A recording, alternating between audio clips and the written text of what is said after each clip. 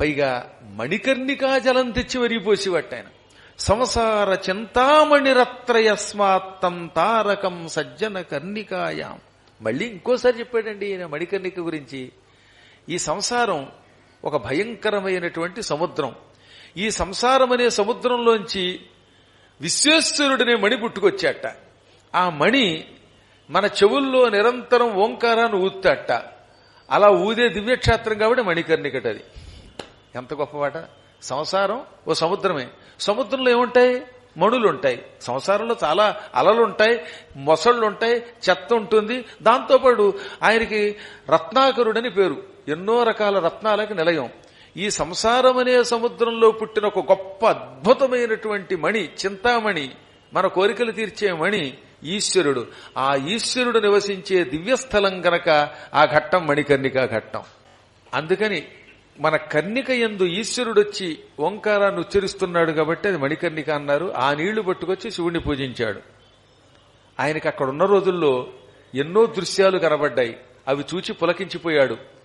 జరాయుజ అండజ ఉద్భిజ్జాహ స్వేదజాహ్యత్రవసినః నసమామోక్ష భాజస్తే త్రిదశైః ముక్తి దుర్దశైః. త్రిదశైః ముక్తి దుర్దశైః అన్నారండి. దేవతలకు కూడా ముక్తి విషయంలో శుభం కలగదట. దేవతలకి స్వర్గం ఉంది, అప్సరసులున్నారు, అమృతం ఉంది, కానీ ముక్తి మాత్రం వాళ్ళకి ప్రాప్తించదు. అందుకని త్రిదశులు ముక్తి దుర్దశులు అనగా మోక్షమును పొందలేని దశలో ఉన్నారు. వాళ్ళకి మోక్షం రాదు. దేవతలకైనా మోక్షం రావాలంటే మళ్లీ భూమి మీద పుట్టి కాశీకి వెళ్లి కాశీఖండం వీరి అక్కడ చేయవలసిన పనులు చేస్తేనే ముక్తి వస్తుంది. కాబట్టి కాశీ ఎంత గొప్పది. దేవతల వంటి వాళ్లకు కూడా లభించని గతి అక్కడ చచ్చిన వాళ్ళకి ఇస్తోంది. ఆ చచ్చిన వాళ్ళు ఎటువంటి వాళ్ళు? మొదటి వాళ్ళు అండజములు.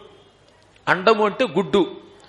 కోళ్లు, పక్షులు, పాములు, మొసళ్ళు, బల్లులు ఇవన్నీ అండజములు. ఎందుకంటే అవి గుడ్లు పెడతాయి, గుడ్లలోంచి పిల్లలు వస్తారు. ముందు గుడ్డు నుంచి చంటిగుడ్డు పుట్టుకొస్తున్నారు. కాబట్టి ఈ జంతువులన్నిటినీ, ఈ పక్షులన్నిటినీ అండజములు అన్నారు. అండజములు అంటే వరుసగా ఏమిటనమాట? ఈ గ్రద్దలు, ఈ కోళ్లు, పాములు, బల్లులు, మొసళ్ళు ఇవన్నీ గుడ్ల నుంచి పుట్టేవన్నీ అండజములు. ఇంకా స్వేదజములు రెండవి చెమట నుంచి పుట్టినవి.